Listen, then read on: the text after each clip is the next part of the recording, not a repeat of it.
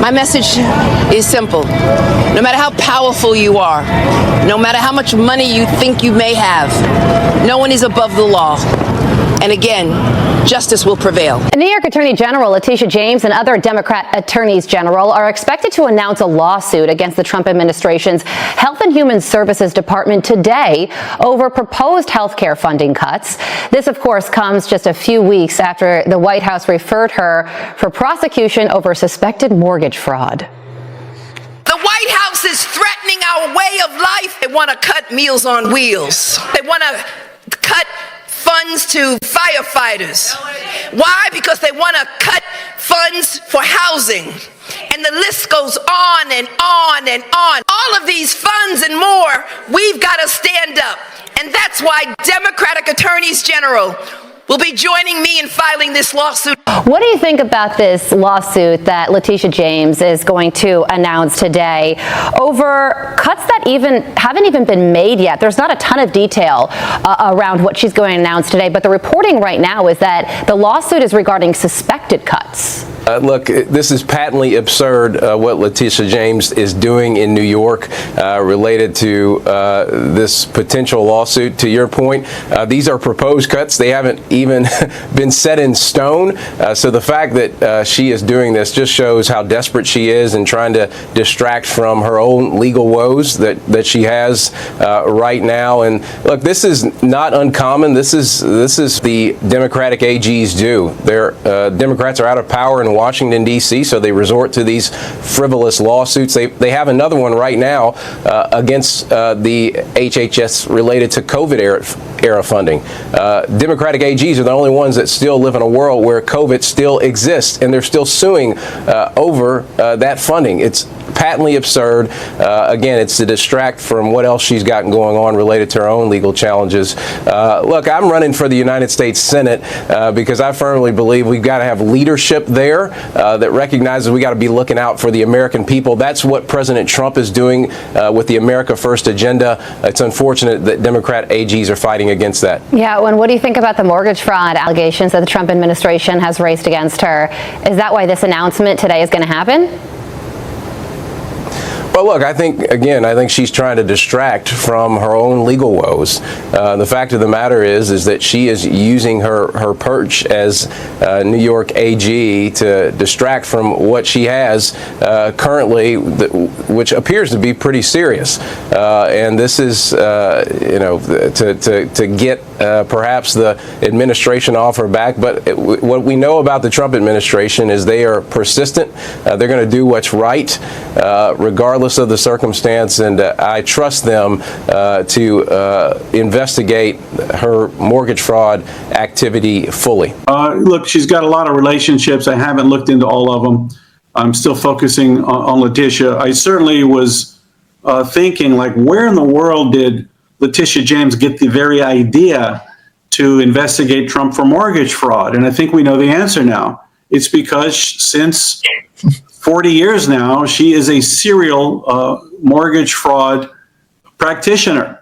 And she figured, if I do it, maybe we can get him for it. But I don't think she really had any evidence against Trump. He took out legitimate loans. When he took out loans for his large, $100 million buildings financing, the way it works is the banks ask the person taking out the loan to give their opinion of the value of the property.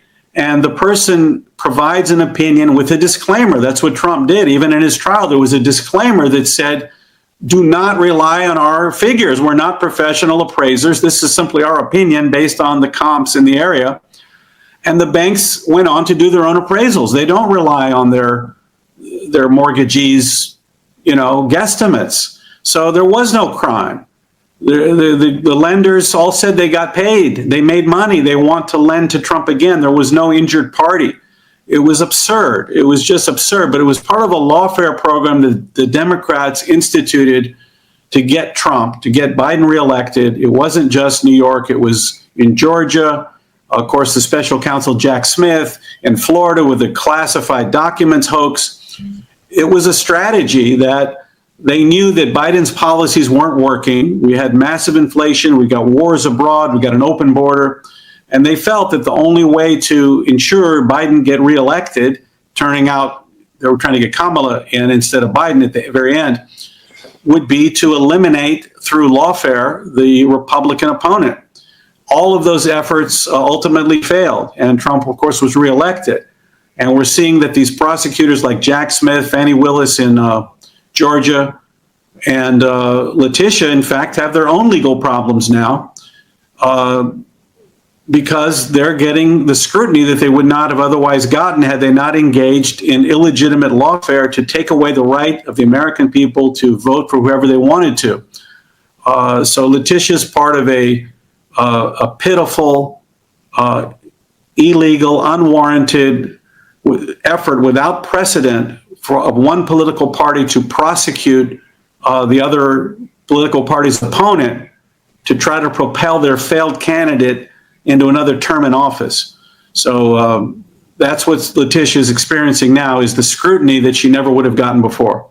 Oh my goodness, I can't believe that our Attorney General is doing exactly what she accused President Trump of doing and tried to put him behind bars for doing, that she's guilty of it as well. What was going through your mind and how did it all start? Well, first of all, I didn't target her. I know, yeah. I've been writing about New York City finances and politicians for quite a while, and I ventured onto her. She was just another name on the list.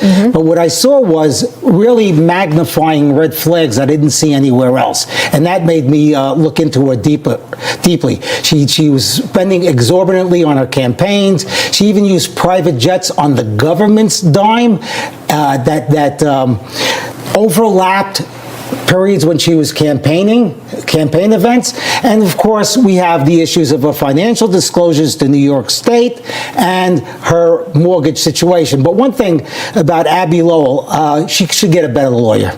He's really not that bright. I read his letter to the State Department. It was full of innuendo, and let's put it this way: if Abbe Lowell was defending me, I wouldn't be here. I'd still be in prison. 35 years later. Oh, wow. Tish James, of course, she responded to the allegation. She's saying that she's basically being targeted by President Trump, that this is all part of a revenge plot. Let's take a listen to what she said here. Let me just say to all New Yorkers and to all Americans, the allegations are baseless.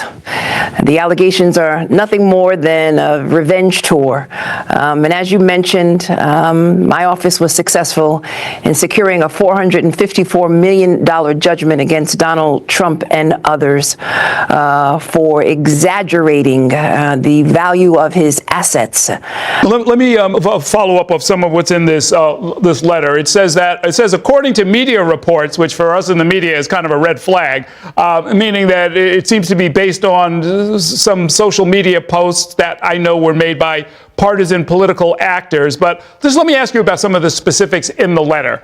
They're saying that your house in Brooklyn is a legal 5-family and the mortgage on it is for a 4-family house. Is that true? So let me just say that, Errol, you know, as any good attorney, I will not litigate this case in a camera. It's important that we will respond to these allegations at the appropriate time and in an appropriate way. But I will not go back and forth with respect to these baseless allegations. I am more focused again on standing up for the freedoms, the liberties, and for the rule of law in the state of New York. I'm a registered Democrat. I'm not a partisan political actor. You know, Errol Lewis should know better. I've met him. I actually like him. I've seen him at events where I've demonstrated with the Democrats at City Hall, and this is ridiculous. The reality is partisan political actors did not make Letitia James sign documents that were false over a period of 40 years. Her lawyer says, well, the Trump administration is cherry picking. Well, guess what? You don't have to cherry pick to find a false document that she signed. The only document that I found that was not false was one mortgage on one property, but she should have also disclosed it in her financial disclosures to New York State. This is a slam dunk case, and she can try to wiggle out of it baseless and this and that, this and that. Listen, the documents speak for themselves. The evidence is there. Right. One of the residences, she said, was her primary residence, so she could get a lower mortgage rate. Reporters have been knocking at the door. The neighbors have never seen her there. I mean, she has been caught red-handed, dead to rights. What do you think about how hypocritical she is? She was out there. She campaigned on getting Trump, saying no one is above the law. She is the top lawyer of New York State. She's not above the law either. Well, when you're doing crime, you try not to be hypocritical. You try to keep a low profile. Let's put it this way: she'd be a reject for the Crazy Eddie fraud. Your prediction, does Big Tish end up in a big orange jumpsuit? I can't predict the future, but I believe that she will get indicted, and I believe that she will end up getting convicted. Will she end up in jail? I don't know. Governor Hochul, does she go down with her? Governor Hochul will probably look to replace Tish James to distance herself from this calamity. Andrew Cuomo, is he the next mayor of New York City? Who knows? Who will you be looking into next? Wherever my research leads me. Governor Hochul? I've looked into Governor Hochul. She spends a lot of money on private jets. Very interesting. That's all for today. Thank you. If you want global news to keep you up to date on any new developments, please subscribe our channel and forward our content with your friends on social media and email. Thank you very much for keep supporting me. Stay safe, be blessed. Namaste. Thank you, God bless you, and God bless America.